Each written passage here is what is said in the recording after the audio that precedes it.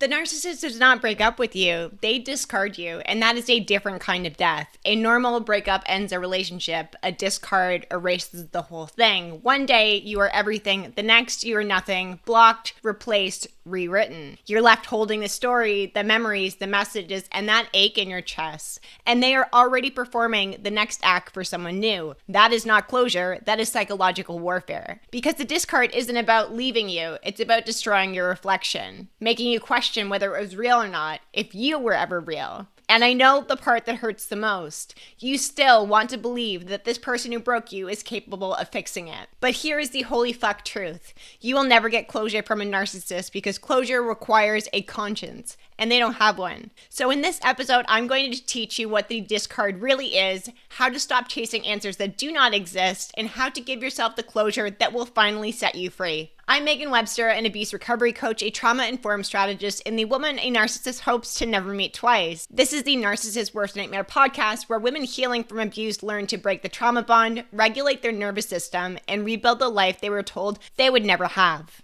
Here's what I need you to understand about the narcissist discard. This is not a breakup, it is a performance. Normal people end a relationship when they grow apart. A discard happens when the narcissist decides the performance is over, when they've drained you of validation, energy, admiration, and now they need a new source. They don't leave because they've fallen out of love. They leave because they've run out of supply. And to make sure you're hooked, they don't just walk away, they implode the relationship. They will rewrite the narratives and paint themselves as the victim and pretend you never existed. They ghost, they rage, they blame, they run straight into the arms of someone new, all to provoke your collapse. Because the discard isn't the end of a relationship, it's the final act of control. When you start to detach, when you start to wake up, when you start to see the mask slipping, that is when they will discard you. It's punishment for no longer being their mirror. It's the narcissist saying, you don't get to leave me, I'm leaving you first. It's a type of rejection to keep you rehooked. Because when you chase closure, when you chase explanation, when you chase the version of them that you thought was real, you hand them power back over and over and over again. I went live on TikTok to talk about my 2 experiences with narcissist discards this week. Easily one of the most painful and confusing things that I've ever gone through with a narcissist. One specifically because I never saw it coming. We were long distance, I went to visit, and when I got back, he went cold. Messages and calls were suddenly sporadic, which had never happened during the duration of our relationship.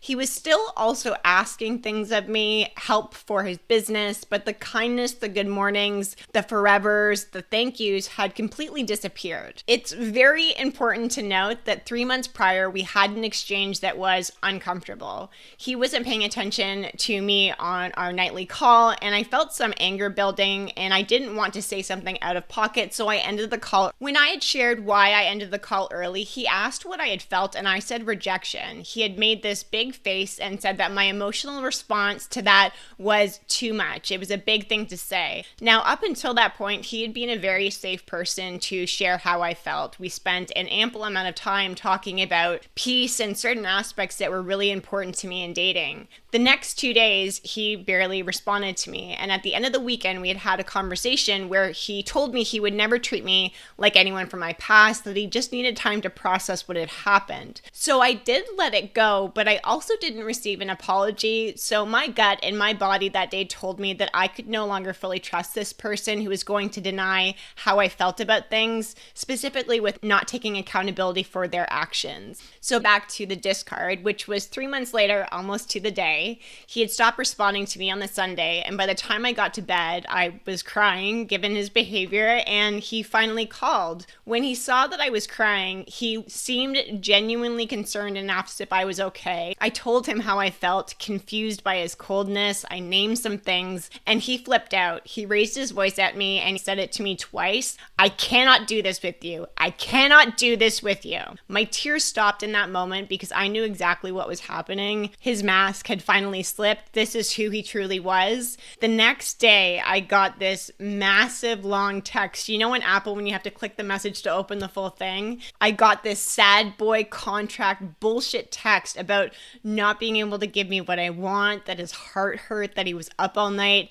It was manipulation at its finest. And when I called him out on that, he got defensive, attacked my character, and told me that I was only good for sex, which is why he didn't want to build a future with me. I closed the door, but he had not stopped responding.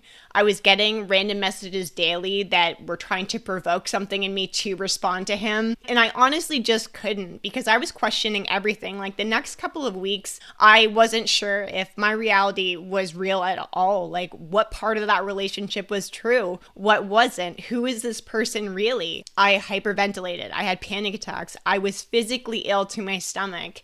And I was beyond exhausted from overthinking. He was all up in my social media, likes, comments, views, and he still is, to be honest, which is very typical of narcissists, but he was not mourning the loss. He was trying to feed off of my reaction, because to a narcissist, grief is proof that they mattered. But I came to a realization that the discard is not an ending. It's actually their last attempt to see how we can control ourselves. But the truth is, the moment they discard you, the game changes, because now the power is back in your hands. It's painful. It makes you question everything, but you can also see your patterns, your truth for what it really is, so you can set yourself free. The discard doesn't just break your heart, it also breaks your body. Your nervous system is in shock. 1 minute you're high on connection, the next your body thinks it's dying. Because to the trauma-bonded brain, loss equals death. You're not crazy for checking your phone every few minutes. You are not weak for wanting to text them. You're not pathetic for stalking the new supply social media. You are detoxing from an addiction your body doesn't consent to. The narcissist wired your system for chaos. The constant push-pull, the love bomb, the withdrawal, the rage that was followed by tenderness, that was how they conditioned you.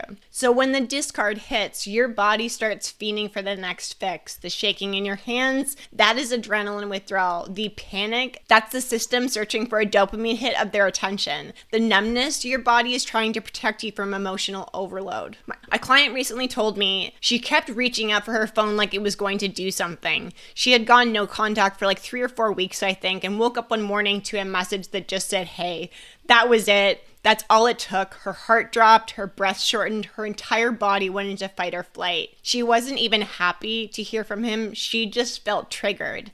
And that's the trauma bond, the brain confusing chaos with safety, where your nervous system work actually comes in, because until you start to regulate, your body is going to mistake withdrawal for love. I am going to say something that's going to sound harsh and it's going to hurt, but I promise you it's going to save you years of pain. You are never going to get closure from a narcissist, discard or not. Closure requires truth, accountability, empathy, and narcissists have none of those things. You're waiting on an apology from someone who can't even admit that they did it. You're waiting for remorse from someone who only regrets losing control. You're waiting for explanation from someone whose entire existence is built on denial. The closure you want, the moment where they admit everything, where they validate your pain, where they apologize, that is never coming. Because to give you closure would mean they lose power. So you have 2 choices. Stay in the loop waiting for someone who broke you to heal you, or you close the door yourself. You stop chasing why, you stop seeking validation, you stop needing them to agree that it was abuse for it to count as abuse. You stop calling it closure, because closure implies they hold the ending. They don't.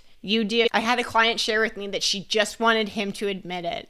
She spent months documenting, saving screenshots, writing letters she would never send, waiting for the day that would never come. On a call one night, she had shared with me that he had posted a quote about forgiveness on his Instagram. She said, like, what, he's healing now? I told her the truth. He is not healing. He is rebranding. You heal by facing the truth. Narcissists move on by performing it. I told her that she didn't need him to validate what happened, that she lived it. So we ended up creating a closure ritual for herself. She wrote down every single lie that he told her, every apology that meant nothing, every time that she abandoned herself to keep him calm, and then she lit the page on fire. That is closure. That's self-liberation. Healing after a narcissist discard is not linear, it is cyclical. Grief comes in waves. You will feel fine, then a smell, a song, a time of day, and boom, you are right back in it. And I want to remind you that is not regression. That's a grief window opening. A grief window is your nervous system's way of saying, we're ready to process this layer now.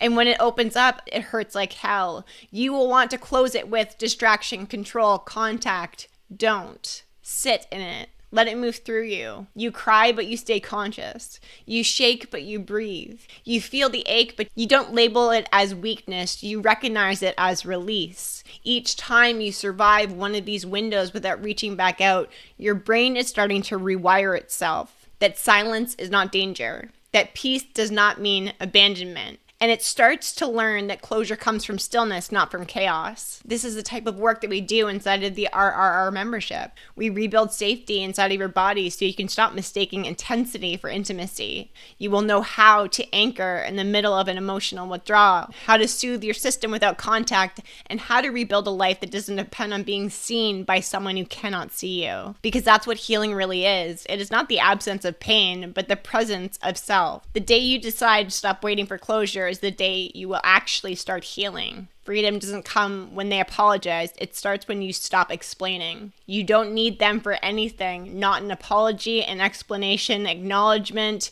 All you really need is your peace and your dignity and your fucking life back.